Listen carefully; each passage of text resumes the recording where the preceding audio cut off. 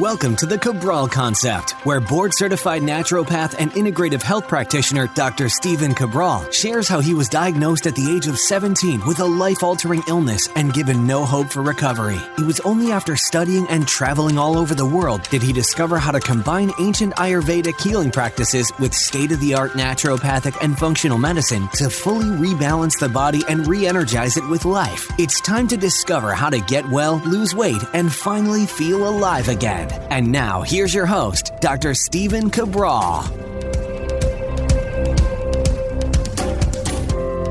Hi, everyone, and welcome back to the Cabral Concept. Can't wait to get started with today's Total Wellness Tuesday topic, which is how to implement the Mediterranean diet in your everyday life. What I want to do is give you my Mediterranean-based diet, how I am essentially making this real-world applicable for people to be able to look at it and say, okay, these are the foods for the Mediterranean diet, but how am I supposed to break it down? Because everyone has what seems to be a little bit different version of how often they can eat these foods, and which one of these foods are actually good for you, which ones should I not be eating. So just like any diet, what starts off is kind of like the foundation, the basis of your diet, or the basis of the diet itself, whether it be paleo or whether it be keto, etc. Over time, it begins to get a little bit diluted. So for example, in the very beginning, a paleo-based diet essentially meant that things that a Paleolithic person would have eaten. And that makes sense, right? Like paleo diet comes from the Paleolithic times. This is what they would have eaten. They would have been hunter-gatherers. They could have eaten this, and this. Essentially foods that would not necessarily need to be cooked. So we took out a lot. We took out the grains there. We would take out any specific food that you would have to have as a processed-based food. And then when we looked at the paleo-based diet, we said, oh, well, we can do paleo diet, but maybe a little bit of alcohol if made from this specific ingredient because that ingredient's a paleo-based food. Or, okay, during Paleolithic times, they may not have eaten dessert, but if we make that dessert from coconut flour or almond flour, that would be okay. So as long as we had to cook it, take out the specific dairy that we didn't want or whatever it might be, then that's okay in that diet. So what happens, though, is things become diluted and we don't even know what we're talking about anymore. So when someone says, oh, I'm following a paleo-based diet, I don't really know if they're sticking to basically meat and fish and they're then having vegetables and fruit with it and some root vegetables like starches like tubers and potatoes. Or does it also include nuts? Because some people include nuts on a paleo diet and some people don't. Some people include some grains like oats on a paleo diet and some don't. Some will do, as I said, alcohol and some won't. So you don't always know specifically. And again, keto-based diet. Most diets that are keto-based in the beginning were about 70% fat and will be somewhere around, well, it'd be under 50 carbs essentially, and then the protein would have to be kept as low. But now we have a lot of people on keto-based diets and it's quite high protein and it's quite high fat. Well, the problem with that is that if you're on a higher protein diet, it's unlikely that you're actually staying in the state of ketosis. You'll probably pop into a state of ketosis when you're on a longer intermittent fast and then you'll come back out. And if that's the idea of their keto diet, then okay, understood. But you're not in a state of ketosis for your 24 hours a day. Maybe that's the intention and maybe it's not. So what I find is that you don't really know. And sometimes it's the same thing with the Mediterranean diet. Now, why am I bringing up the Mediterranean diet today? Well, for the Mediterranean diet, I honestly believe that this should be the foundation of all diets. And if we go back to stephencabral.com/podcasts, that's where all of my podcasts live for the past 4+ years. And today, let's go. Today's episode 1551. So stephencabral.com/1551. So what we'll try to do is we'll try to link up some of the previous Mediterranean diet-based podcasts. There's been a lot. But the foundation, I'm going to see if I can put that in there. Foundation of all diets. Let's search that. Let's see if the show actually pops up for which one that it is specifically. Okay, so way back on November 3rd, 2017, a podcast called Use This as the Foundation for All Diets, where I talked about the Mediterranean style diet has more positive research on it than essentially any diet that I've ever seen. And we're not talking about a year or 6-month research studies. We're talking about decade long. We're talking about it helping with the 3 to 4 top causes of mortality. The first 3 are given: heart disease, high blood pressure, type 2 diabetes. The fourth one being cancer, which I said, of course, is the wild card because it's not just lifestyle. It's what have you been exposed to? Like 5G, we're going to be talking about this Thursday. So what I want to share with you is this, is that whether you are following a paleo style diet, a keto style diet, even a carnivore style diet, I would say use the Mediterranean food guide and the Mediterranean diet as the way to select those foods. So when other people might be saying, okay, well, if you're on a keto diet or you're on a higher fat diet, choose pork rinds, choose bacon, choose this, and the other thing. Well, I'm saying, no, don't do that, because those are not healthy foods just because you're trying to get them in for your macros. Instead, you can choose higher fat foods if you'd like. Let's make them olives or olive oil.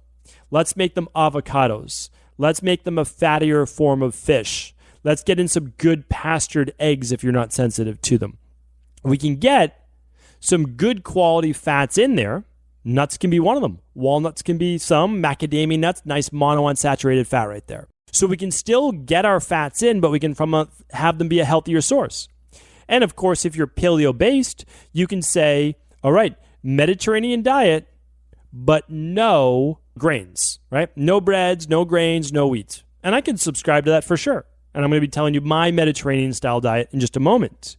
So regardless of the diet that you follow, please make it be based more on the best diet that we know right now to man. And it didn't just start, right? This is thousands and thousands of years old. I talked about the Nordic diet. You can check that out and how it's so closely related to the Mediterranean diet. Both of these are foundational. That's why we call it foundation, right? Like I have the foundational daily protocol that we use for nutritional supplements. Why do I say that? Because you should not be worried about your bromelain or your CoQ10 or your boswellia, anything, right? Your NAD, your nicotinamide riboside, your resveratrol, those things are all great, but they are not foundational. You need to make sure you're getting in all of your vitamins and minerals and amino acids and specific antioxidants. All of those things, omega-3s, they come way before your resveratrol or your resveratrol. And they come way before your nicotinamide riboside or your NAD, like any of those things. And the reason why I bring that up is because oftentimes we're looking for the silver bullet. It's never there. It hasn't been there yet. I'm not sure it's going to get there because the human body is very complex. So if you put one thing in, there are compensations in different areas. But what I can tell you this, a good nutrition meal plan followed on a daily basis for 9 out of 10 meals is going to get you more results than almost anything else in the world. And I'm a huge believer in exercise. I'm a huge believer in walking. I'm a huge believer in sauna. I'm a huge believer in meditation. All of those things, right? Sleep-based protocols, it's all part of it. Mindset. But a good nutritional plan will help you weather the storm of a lot of other areas that you're not so great in. And that's why I want you to take this to heart. A balanced nutritional approach is also always going to be better than taking your macros too out of whack, which means like 70% of anything in your diet is going to be imbalanced. So if it's 70% protein or 7% fat or even 70% carbs, it's going to be too much of the diet, too much from that one thing. Okay, so let's now get back on track. I'm going to share with you the Mediterranean diet in general, but also the style that you can be implementing this in the real world to make it super easy for you. Okay, so when you look at the Mediterranean diet food pyramid, what you're going to find always at the bottom is what looks like grains. So, they always put it at the bottom, but the truth is this, it should not be at the bottom because the true Mediterranean diet is not based on a lot of grains.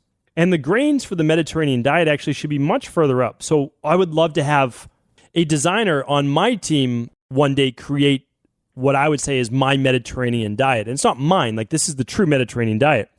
Your Mediterranean diet, about 1 or 2 servings a day, no doubt about it, would be some type of grain. in a Mediterranean-based diet. Now, it might be a sourdough bread. It might be more of, let's say, a starchy potato. It may be oats, like oatmeal. But it's like, well, should that be the majority of your diet? No, it should never be the majority of the diet, okay? In a Mediterranean diet, and that's why it's a little confusing to people, because sometimes they put the grains at the bottom, the majority of the Mediterranean diet is actually 6 to 8 times a day, 6 to 8 servings a day, I should say, of fruits and vegetables.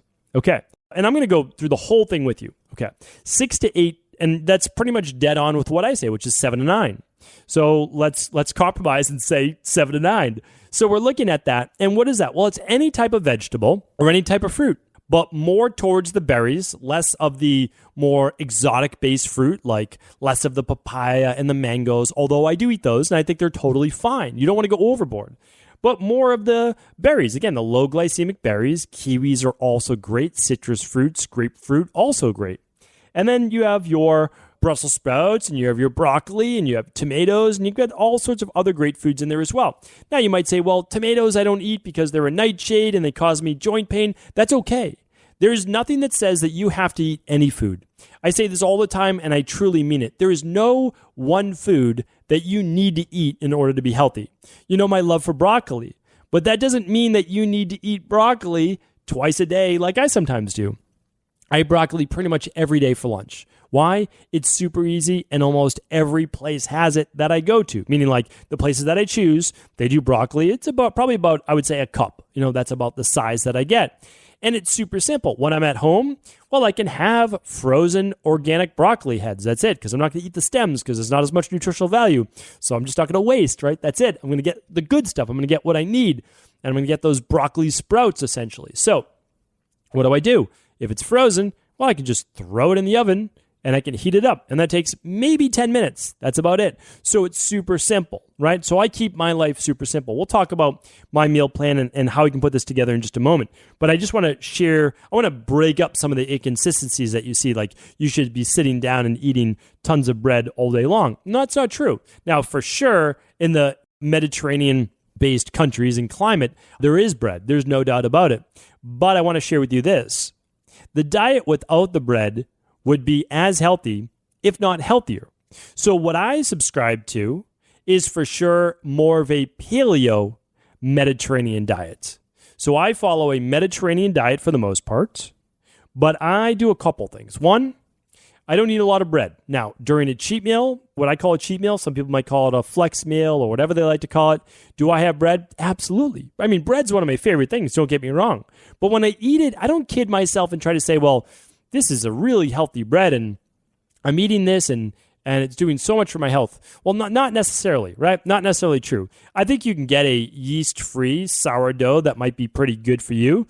Sourdough is in a lot of fermented foods. They don't do that well with me, so I typically don't worry about trying to make a sourdough. My wife will sometimes make one, and she's great at that, and she might enjoy it, and guests might enjoy it, because we do those things on the weekend, but that's not what I specifically subscribe to as a part of a healthy Mediterranean diet. Now, again, a little bit, as long as you are not sensitive to wheat, can be totally fine. And you can buy and make gluten-free breads as well. The problem if you pre-buy a gluten-free bread is that there's so much other junk in it.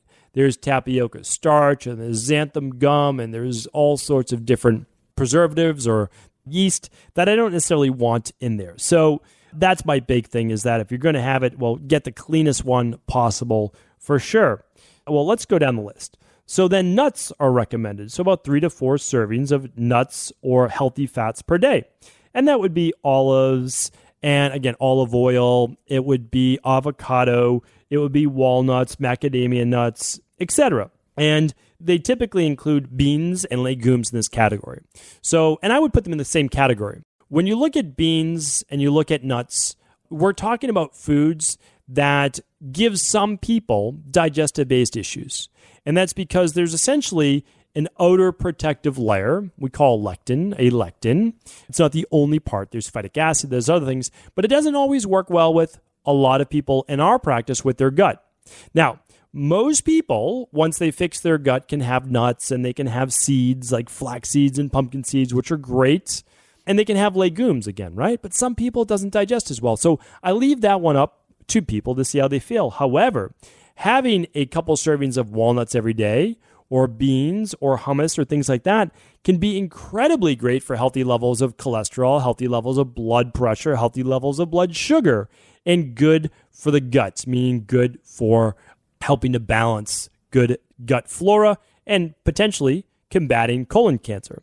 So that's extremely important. We get our fiber, we get healthy fats, we get our carbs, and they're slower digesting, so they're not going to spike blood sugar to the same degree.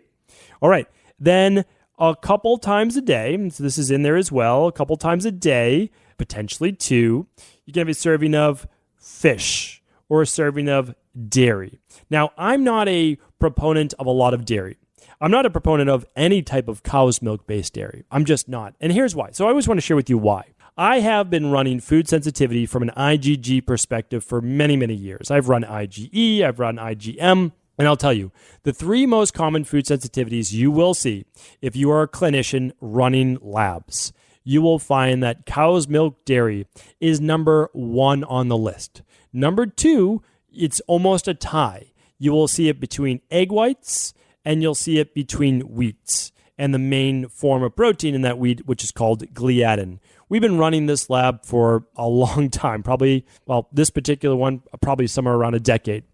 And again, we open source this now. You can find all of these labs at equilibriumnutrition.com. So you don't have to ask your doctor if you don't want. You can work with an integrative health practitioner. You can work with your local natural health practitioner. Whoever can get that to you is totally fine. But if you run this, it will let you know, are you sensitive to gluten from a delayed sensitivity standpoint? Remember, most people can eat bread and they feel okay for the most part. But a day or 2 later, you have inflammatory-based symptoms of joint pain, headaches, migraines, brain fog, skin rashes, bloating, etc., right? Because there are delayed immune reactions, not just immediate reactions. And check out my show on food sensitivities for that. So, however, I'll say this. Most people are not sensitive to some goat's milk or sheep's-based milk.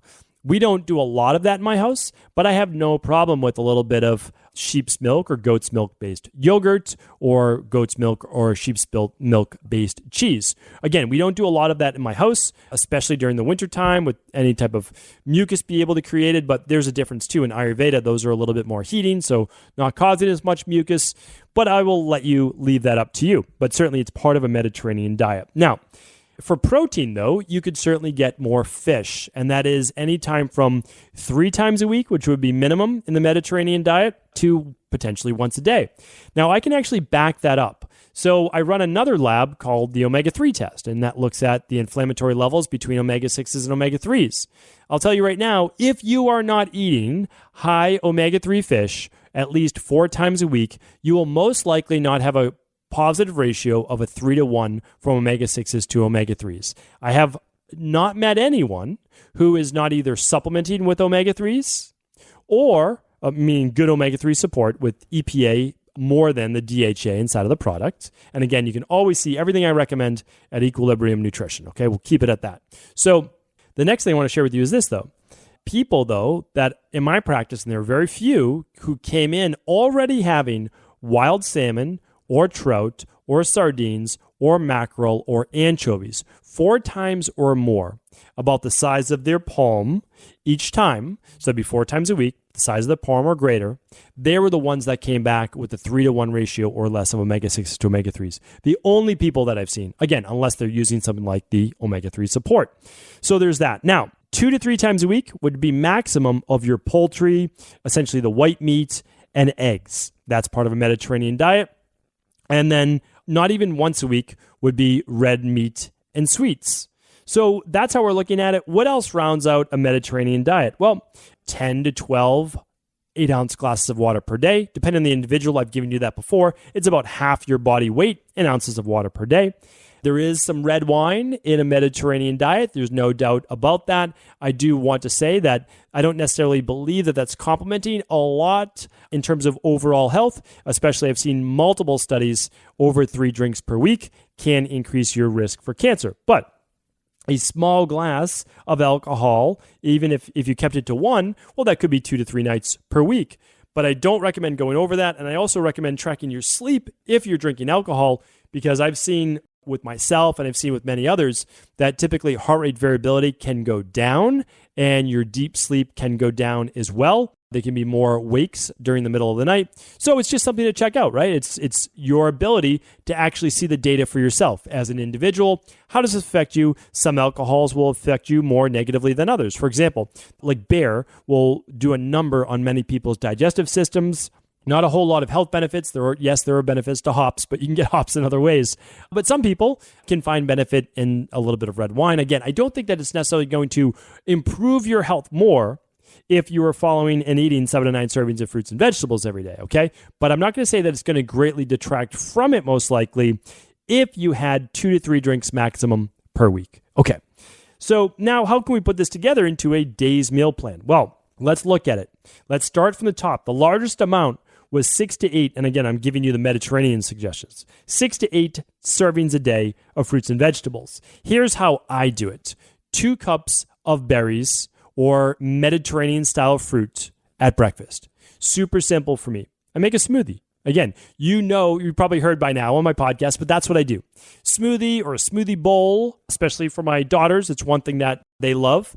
And what I will do is I will add a little bit of healthy fat to that. Sometimes a little bit of avocado, but I don't love blending avocado in my smoothie. Some people love it. I'd rather do just a little bit of macadamia nuts or something like that, toss those in there. And then I do my daily nutritional support for which is a rice pea-based blend vegan protein that has all my multis, my electrolytes, my sulforaphane, all those great things. So I keep that pretty simple. Now, during the winter time, I also have about 1 cup, so about a cup of cooked oatmeal on the side. On top of that cup, I'll typically put in just a little bit of blueberries or sliced up, just a little extra sliced up fruit. The whole thing still comes out to be about 2 cups for the morning. Some people put crushed walnuts on top of that. Some people put cinnamon. I keep it pretty simple. I keep my oatmeal pretty simple. I like that warm cup of oatmeal on the side. I think it's really nice. So right there, I'm getting my 2 cups in the morning. We'll talk about the fruit for a moment. We'll leave the oatmeal to the side. But then at lunch and dinner, if I ate 2 in the morning and I need to get to 6 to 8, well, that simply means that I have to just get about another 3 cups at lunch and 3 cups at dinner for vegetables. And really, sky's the limit. I don't want to limit you here on what you can eat for vegetables and what you can't. First, just work on getting the total servings. So if every day you ate broccoli at lunch, I have no problem with that. It's nice to get 2 different vegetables. You could do like broccoli and cauliflower, or you could do broccoli and spinach. You could add asparagus. Just make it easy. You could buy some organic heirloom tomatoes, and you could just slice up the tomato if you wanted to, and well, there you go. That's basically a cup of tomatoes. And so it's not difficult to get in your 3 cups. It's really not. If you're not used to eating 3 cups of veggies at lunch, and they can be cooked, then here's the thing. Simply start with 1.5 or start with 2. Just start with a little bit more than you're doing right now. No problem at all. And then at dinner, you can do the same. Ideally, choose different types of vegetables, but that will count as the same. Now, in terms of your starches, I told you I already got my basically 1 cup of oatmeal at breakfast. If you're looking to lose weight, you're not going to up your starches. Follow our Fatlocity system. It teaches you step by step how to lose the weight and not gain it back. That's the biggest thing. We teach you what your body allows you to do. Don't worry about what anybody else's body does, okay? Worry about what your body is allowing you to do right now, how to begin to correct those imbalances, and then how to help it in the future. And that's what our Fatlocity system does. So here's the thing, though. At lunch, I'm typically eating a purple potato. I've talked about my love of purple potatoes before, which are Okinawan purple potatoes. You could get Stokes purple potatoes. You could get whatever you want for purple potatoes. But you can also get Japanese yams. That's, again, another one of my favorites. And so I might do a Japanese yam at lunch. It's a sweet potato. It has a basically purplish red outside skin, and it has a yellow inside. Absolutely delicious. So I do that. That's my second starch for the day. Basically, that's 2 servings of starch. There's no bread in there, but that is it. So again, you don't have to do that, but that's what I'm doing specifically. And then nuts and seeds. Well, where do I get in my 3 to 4 servings of nuts and seeds and good fat a day? Well, with each meal, with lunch and with dinner, I'm getting 2 tablespoons of olive oil. So that's a given. I'm already at 4. But what I do is I'll typically put in some pumpkin seeds and or macnut seeds, macadamia nuts, in my smoothie in the morning. I seem to digest those just fine and do great. And I don't do a lot, just a little bit. Keeps me more satiated, makes the smoothie a little bit thicker. It tastes delicious, kind of buttery flavor. And then at lunch, I use hemp hearts. And again, you know my love for hemp hearts. So I do a vegan-based lunch every day, and it's super simple. I put in 3 to 4 tablespoons of hemp hearts, typically 4. So I'm getting about 15 grams of protein there. Really easy for me to do. So now I have my healthy fats taken care of. I get my omega-6s, I get my omega-3s from there. And now I'm down, what's my protein? Well, my protein at dinner is, for me personally, I don't do dairy. I grew up reacting so poorly to dairy that I really just don't do any. I've tried it in my diet many years ago in the past. I did some raw milk, and that seemed to digest fine. I've done goat's milk-based cheese before and sheep's cheese. It's okay, but again, like my body's more prone to mastocytosis and anything that could be fermented or aged, anything that could have histamines, I don't go high on those foods. So could be fine for you. Totally might be fine for you, and that's okay. My protein, my animal-based source or my fish-based source, I do at dinner. And about 4 to 5 nights a week will be a fish, or it will be chicken, or it will be turkey, something like that, right? So that's what I do. Super simple. A couple nights a week will still be a vegan-based dinner. It might be black beans. It might be something like that, which is very, very easy. It might not even be a big protein dinner one night. So I don't get too caught up on that, but 4 to 5 nights a week, it will be a pasture-based chicken, or it'll be some turkey, or it will be, we always have canned sardines in olive oil. So super simple. Again, like we keep things pretty simple, and that's what we'll have. We like to get good fish when available. And then I would say a couple times a month, people ask me if I eat red meat. We still do. We give some to our daughters for iron and for other things as well. We don't go overboard on it for sure. We never eat it when we're out. We're getting grass-fed, of course. We're getting grass-finished. We'll do some more of the game-type meats that are very low in any of the inflammatory-based fats. So, but we don't do a lot of that, and that's why anything that you don't do a lot of, like once a week at the most, or even less, like it says in the Mediterranean diet, 2 to 3 times a month, that sounds about right for us, then we don't make an overall big deal about it. And so that is how I set up a Mediterranean-based diet. It's very easy. It's not difficult. You don't need to worry about if your diet's 70% fat or 62% fat, or if it's 25% of this. So what I do is I keep my protein at 20% of less of my total macros. And I've told you before why I do that, because of the longevity-based research. And I think it's pretty solid. The higher protein you eat, you might not, again, there may not be any issues. But if you raise IGF-1 and you give cancer a way to be able to grow and metastasize, that could be an issue. Now, it seems to be the biggest issue for people between the ages of like 25 and 55 or towards 60. And then after the age of 60, the body actually becomes a little bit more catabolic. So it's very possible that I actually might eat a little bit more protein after the age of 65. We'll see when I get there. I'm not going to rush things. So again, I just want people to know how easy eating clean can be and how there doesn't have to be so much hype around it. Like, is this, are you following this diet or this diet? Listen, I'm following good, clean, whole food nutrition. 7 to 9 servings of fruits and vegetables. I get my 2 cups of fruit at breakfast. Yes, I do my daily fruit and vegetable blend. I do the whole daily foundational protocol level 2. But I'm focused on my food. I take my supplements, no doubt about it. It's part of my de-stress protocol, but I focus on my food. 2 cups of fruit. Again, you don't have to follow this, but it's what I do. People ask. So there it is. It's 2 cups at breakfast, 3 cups of veggies at lunch, 3 cups of veggies at dinner. Your sweet potatoes can be part of those veggies and starches. They are a root vegetable. I don't do a lot of grains at all. I do a little bit of oatmeal. It seems to work fine for my body. Will I do some rice sometimes? Absolutely. Yes. Rice I will do. Sometimes at dinner, sometimes at lunch.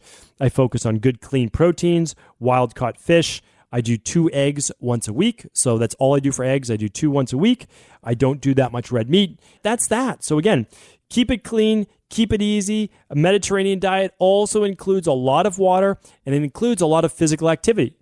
And it includes socializing, being with friends, sharing a meal, getting at least 7,500 steps daily. I recommend, as you saw from my last couple weeks podcast, 10,000 to 12,000 steps a day. 10,000 is great. If you can do that, I'll be happy for sure.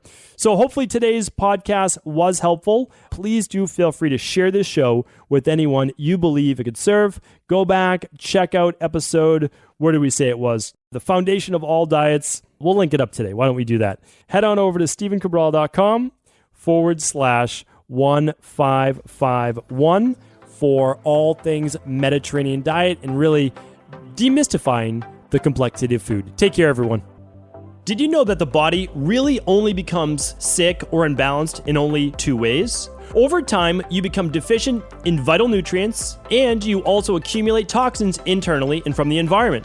As those nutrients diminish and you increase your total toxic load, your body then begins to show the first signs of dis-ease. It's actually quite predictable, and the good news is that if we know how you began to fill up that proverbial rain barrel, we also know how to empty it to begin the healing process. I was fortunate enough to learn this ancient healing process from my mentor after suffering from debilitating diseases for close to a decade. It was only when I began to implement these techniques did I finally overcome my illnesses and go on to live a life of energy and vitality that I now enjoy. I'd like to share with you now what I discovered after traveling all over the world and how to combine the best of ancient healing wisdom with state-of-the-art science. Allow me to teach you exactly how I've been able to help over 250,000 people to empty their rain barrel and begin to transform their body and lives into what they've always hoped they could be. To get your copy of the international bestseller, The Rain Barrel Effect, simply go to StephenCabral.com/rainbarrel.